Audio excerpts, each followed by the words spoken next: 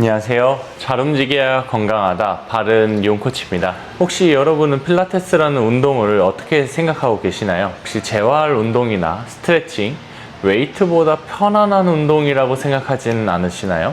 하지만 필라테스를 접해본 사람이라면 웨이트보다 어렵고 그리고 힘들다라고 피드백을 주시는 분이 많아요. 그렇지만 필라테스를 하고 나면 키가 커지는 느낌을 든다던가 몸이 아픈 곳이 조금 괜찮아지거나 혹은 정말 안 아프다고 하시는 분들도 많아요. 자, 이런 이유들이 왜 일어나는지 오늘 자세하게 설명드리도록 하겠습니다. 앞에서 말한 필라테스의 긍정적인 효과들, 키가 커진다는 느낌이거나 혹은 아픈 곳이 조금 덜 아파지거나 완전히 괜찮아지거나 하는 것들은 필라테스 운동 자체의 특징과 원리 때문인데요.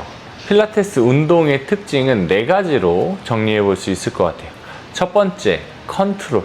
필라테스의 원래의 이름은 컨트롤 로직이라고 하는 이름을 가지고 있는데요. 말 그대로 몸을 컨트롤하는 것을 얘기를 해요. 해보신 분들은 알 거예요. 정말 1cm, 1mm 정도의 컨트롤로 움직이는 동작들도 있습니다. 그리고 두 번째, 센터링. 관절이나 척추 중립을 잡고 움직임을 진행하는 운동인데요. 틀어지는 그런 상황들에서도 중심을 잡기 위해서 노력하면서 운동하는 것이 운동의 특징입니다. 그리고 세 번째, 트렁크 인터그레이션. 몸통의 통합을 얘기를 하는데요. 몸통에는 수많은 근육들이 있어요. 예를 들면 직근, 외복사근, 내복사근, 그리고 복횡근 혹은 더 안쪽으로 들어가면 횡견막이나 골반저근 그리고 다혈근과 같은 딥코어 근육까지도 얘기를 합니다. 그래서 그러한 많은 몸통 근육들을 통합해서 한꺼번에 쓰기 위한 운동이기도 해요. 네 번째, 홀바디 무브먼트입니다.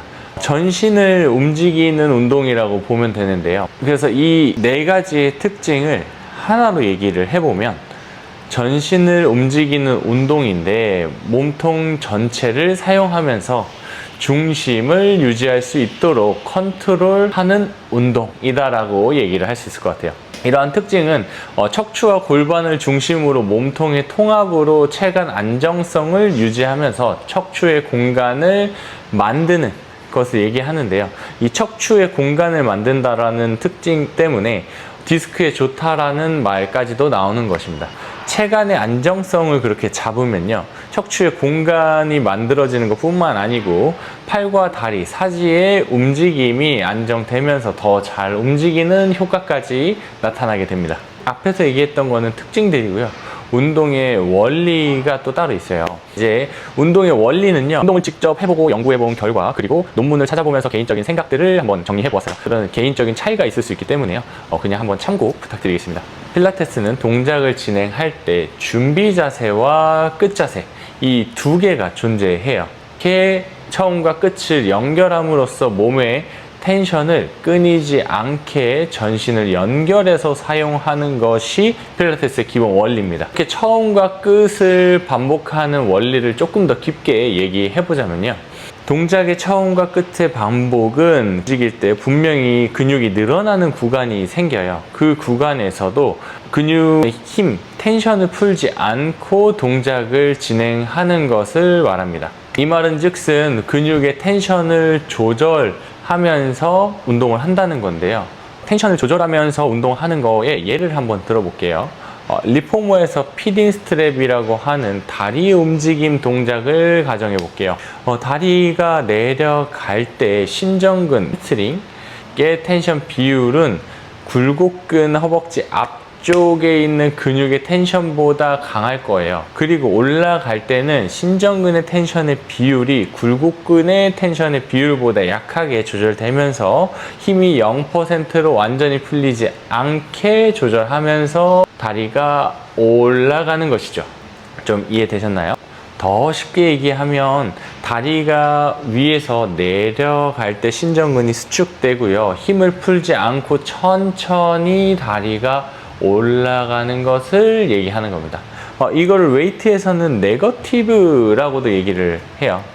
방금 말한 텐션을 조절하는 과정 원리에서는 신경과 뇌, 척수의 반응이 숨어 있는데요, 앞에서부터 점점 깊게 파고 들어가는 거 눈치채셨죠? 우리가 몸을 움직임이라면 근육이 수축과 이완을 통해 근육에 붙어있는 뼈가 움직여야만 우리 몸이 움직일 수 있습니다. 그렇게 뼈에 붙어있는 근육을 골격근이라고 하는데요. 이 골격근의 긴장을 완화시켜 줄 수 있는 작용을 도와주는 게 신경 전달의 뇌 반응일 수도 있겠지만 골지건이라고 하는 부분도 있어요.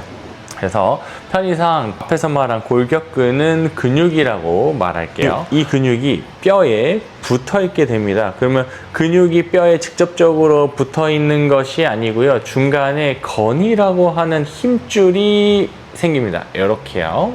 그러면 이 건이라고 하는 힘줄과 근육 사이에 골지건이라고 하는 것이 숨어 있어요.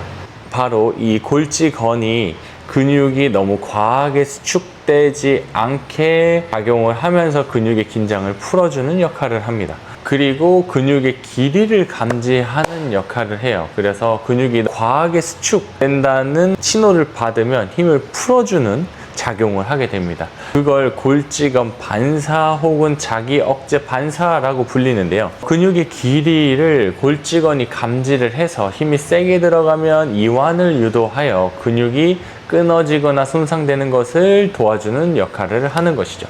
이러한 반응은 뇌내 피질에 전달돼서 상호작용 피드백을 주고받게 되는데요.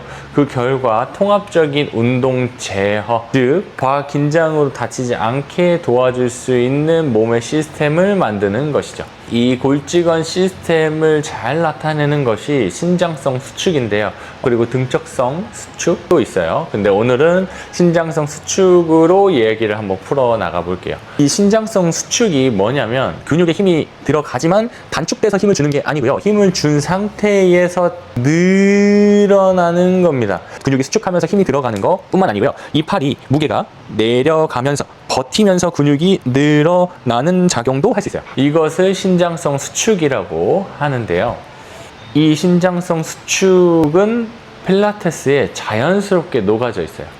피딩스트랩에서는 햄스트링에 작용을 한다고 보시면 돼요. 자, 좀 더 자세하게 설명드릴게요. 끝자세에서 다리가 이렇게 내려간 끝자세에서는 햄스트링이 이렇게 잡아 당기면서 수축된 상태가 됩니다. 이 수축된 자세에서 준비 자세로 이렇게 돌아오려면 수축돼 있던 햄스트링이 천천히 늘어나면서 준비 자세로 돌아오게 되죠. 이때 텐션은 100에서 0으로 순간 빵 돌아오는 게 아니고 100에서 90, 80, 70, 60, 50 이렇게 순차적으로 천천히 조절되면서 다리가 천장 방향으로 올라올 수 있게 돼요. 이렇게 햄스트링에 아까 앞에서 말한 자가 억제 반사가 일어나면서 긴장감이 줄어들고 고관절 굴곡이 잘 될 수 있는 길을 열어준다고 할 수 있어요. 그래서 피딩스트랩이 끝나고 게 되면 결과적으로는 좀 더 편하게 걸을 수 있게 되는 거죠. 걸을 때 고관절 신전이 중요해서 그런 거예요. 앞에서 이야기했지만 이 개념은 필라테스에 자연스럽게 녹아져 있기 때문에 필라테스 후에 몸이 편해지고 가벼운 느낌을 받을 수 있는 거예요. 그거에 대한 뇌의 반응은요, 설명드리지 않았는데요. 이 뇌의 반응은 다음 영상에서 한번 조금 더 자세하게 다뤄보도록 하겠습니다. 아프지 않고 건강할 수 있도록 도와드리는 용코치입니다. 바른에서 어떻게 수업을 하는지 궁금하시다면 더보기 창에 링크를 남겨놨으니까요. 링크를 참고해주세요. 감사합니다.